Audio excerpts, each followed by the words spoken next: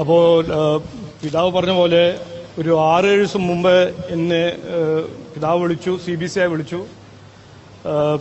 ഈ ഒരു ഇഷ്യൂവിനെ കുറിച്ച് സഹായിക്കണം എന്ന് പറഞ്ഞു. ഒരു ഒരു റിക്വസ്റ്റ് ഞങ്ങളുടെ അടുത്ത് എത്തി. സംസ്ഥാന സർക്കാർ ജാമ്യം ഒപ്പോസ് ചെയ്യില്ല എന്ന് എനിക്ക് പ്രൈം മിനിസ്റ്ററും ഹോം മിനിസ്റ്റർ അമിത്ഷാജിയും പറഞ്ഞു.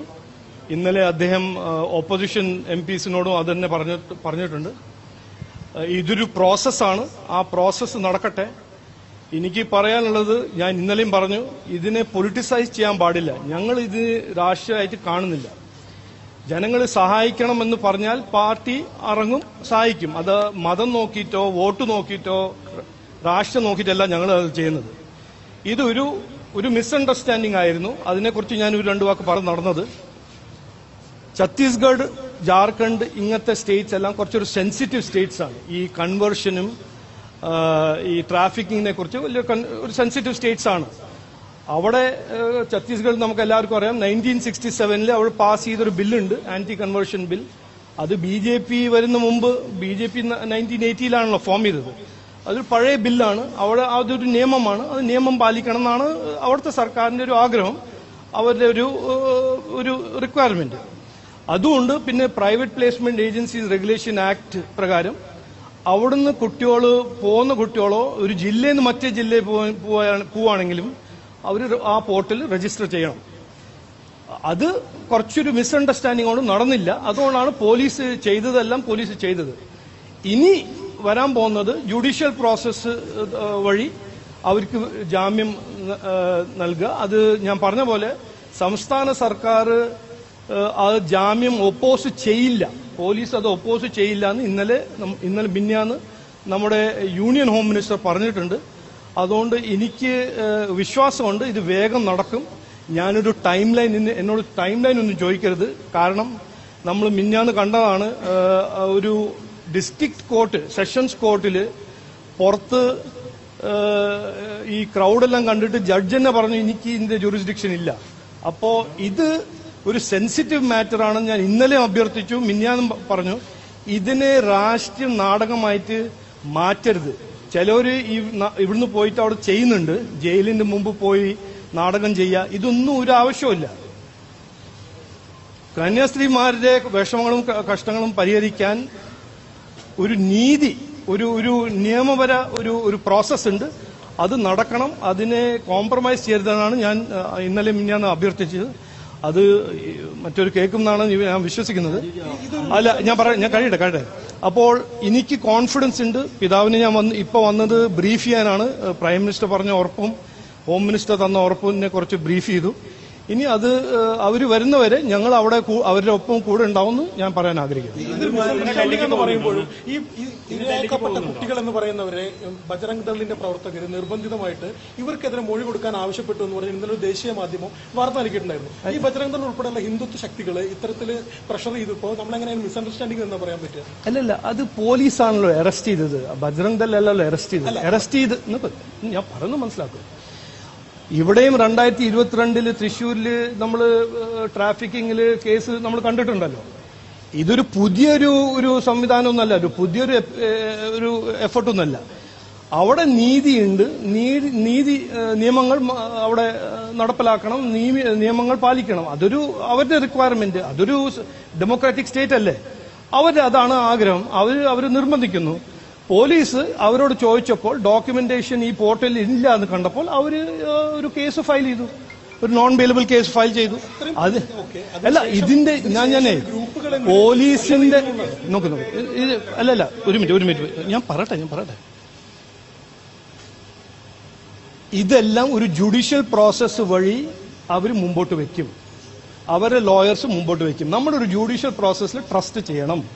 ഞാനിപ്പോൾ പറയാൻ ആഗ്രഹിക്കുന്നത്, സംസ്ഥാന സർക്കാർ ഉറപ്പ് തന്നിട്ടുണ്ട്, ഹോം മിനിസ്റ്ററും പ്രൈം മിനിസ്റ്ററും ഉറപ്പ് തന്നിട്ടുണ്ട്, സംസ്ഥാന സർക്കാർ അവർ ജാമ്യം ഒപ്പോസ് ചെയ്യില്ല, പോലീസ് ഒപ്പോസ് ചെയ്യില്ല. ഇതൊരു പ്രധാനപ്പെട്ട ഒരു ഇഷ്യൂ ആണ്, മനസ്സിലാക്കണം. അവിടെ വന്ന് കണ്ടതിന് ശേഷം പറഞ്ഞത് ഇത് തന്നെ പറഞ്ഞു. അതിനുശേഷമാണ് സെഷൻസ് കോടതിയിൽ ഇതുപോലെ ജാമ്യം ഒപ്പോസ് ചെയ്തത് സർക്കാർ.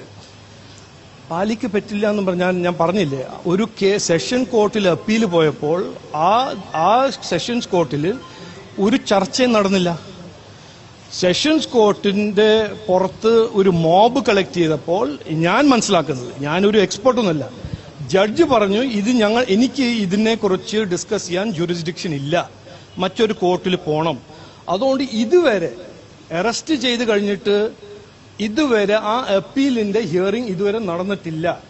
അതിന്റെ കാരണം എന്നോട് എന്താണ് കാരണം എന്ന് ചോദിച്ചാൽ, അവിടെ പോയി ചെയ്ത നാടകം, ജയിലിന്റെ മുമ്പിൽ പോയി ചെയ്ത നാടകം മറ്റൊരു പാർട്ടിനെ ഇൻസൈറ്റ് ചെയ്തിട്ട് അവര് ഒരു കോൺഫ്രണ്ടേഷനിൽ കൊണ്ടുവന്നു. അതുകൊണ്ട് ജഡ്ജ് പറഞ്ഞു എനിക്ക് ഇതിന്റെ ജൂറിസ്ഡിക്ഷൻ ഇല്ല, മറ്റൊരു കോർട്ടിൽ പോകണം. ഈ 3 പേരും ക്രൈസ്തവ സമുദായത്തിൽപ്പെട്ട ആളുകളാണ് ആർച്ച് ബിഷപ്പ് പറഞ്ഞത്. അപ്പോൾ ഇതിൽ കൺവേർഷൻ ഇല്ല എന്നുള്ളത് ഉറപ്പാണ്. അപ്പോൾ പിന്നെ എന്തുകൊണ്ടാണ് ഈ ട്രാഫിക്കിംഗ് വെച്ച് കേസെടുത്തത്? ഒന്നാമത്തെ ചോദ്യം. രണ്ടാമത്തെ ചോദ്യം, ഏതെങ്കിലും ഒരു മൾട്ടിനാഷണൽ കമ്പനിയിലോ അവിടെ ജോലിക്ക് പോകുന്ന ആളുകളെ ഇതേപോലെ രജിസ്റ്റർ ചെയ്യുന്നുണ്ടോ, ഈ പോർട്ടലിൽ കയറി ചെയ്യുന്നുണ്ടോ? 2013 ഛത്തീസ്ഗഡ് അസംബ്ലി പാസ് ചെയ്ത ലോ ആണ് private placement agencies regulation act. അതുപ്രകാരം ഒരു ജില്ലയിൽ നിന്ന് മറ്റേ ജില്ലയിൽ പോവുകയാണെങ്കിലും സംസ്ഥാനത്ത് നിന്ന് പുറത്തു പോവുകയാണെങ്കിൽ അവിടെ ആ പോർട്ടൽ രജിസ്റ്റർ ചെയ്യണം. അതാണ് അവരുടെ നിയമം. അത് നിയമം പാലിച്ചില്ല, പോലീസ് കേസ് ഫയൽ ചെയ്യും. അല്ല, കൺവേർഷന്റെ ലോ ആണ് ആന്റി കൺവേർഷൻ ലോ 1967. ഇത് പ്രൈവറ്റ് പ്ലേസ്മെന്റ് റെഗുലേഷൻ ആക്ട് 2013. ഇത് trafficking, cross border cross district ട്രാഫിക്കിംഗിനെ കുറിച്ച് റെഗുലേറ്റ് ചെയ്യുന്ന ഒരു ആക്ടാണ്. കേരളത്തിൽ നിന്നുള്ള ജനപ്രതിനിധികൾ അവരെ എത്തി കാണുന്നത് നാടകമായിട്ടാണ് കാണുന്നത്. ഞാൻ കാണുന്നത് കൃത്യമായിട്ട് നാടകമാണ്. ആ ജയിലിന്റെ പുറത്ത് പോയിട്ട് ഒരു റെസ്പോൺസിബിൾ അവരെ സഹായിക്കുകയാണെങ്കിൽ അവരെ പോയി ലോയർ സഹായിക്കുക, അല്ലെങ്കിൽ അവരെ കേസിന് വേണ്ടി അവർക്ക് ഒരു സജഷൻ കൊടുക്കുക, അതല്ലേ ചെയ്യേണ്ടത്. ജയിലിന് മുമ്പിൽ പോയിട്ട് കോർട്ടിന് മുമ്പ് പോയിട്ട് സമരം ചെയ്താൽ എന്താ, ആർക്കാ ഗുണം? ഞാനങ്ങനെ കാണുന്നത്. അതെന്റെ വ്യൂ ആണ്, അതെന്റെ പേഴ്സണൽ വ്യൂ ആണ്. നിങ്ങൾക്ക് ആര്? ഇല്ല, ഞാനിവിടെ ഡൽഹിയിൽ നിന്ന് ഇപ്പൊ വന്നതല്ലേ, ഇനി അങ്ങോട്ട് അയക്കണോ? ഷോൺ ജോർജ് ഇന്നലെ രാത്രി പോയിട്ടുണ്ട്. ഷോൺ ജോർജ് അവിടെ എത്തിയിട്ടുണ്ട്. ഷോൺ ജോർജ് അനൂപും കൂടെയാണ് അവരുടെ പ്രോഗ്രാം ആയിരുന്നു.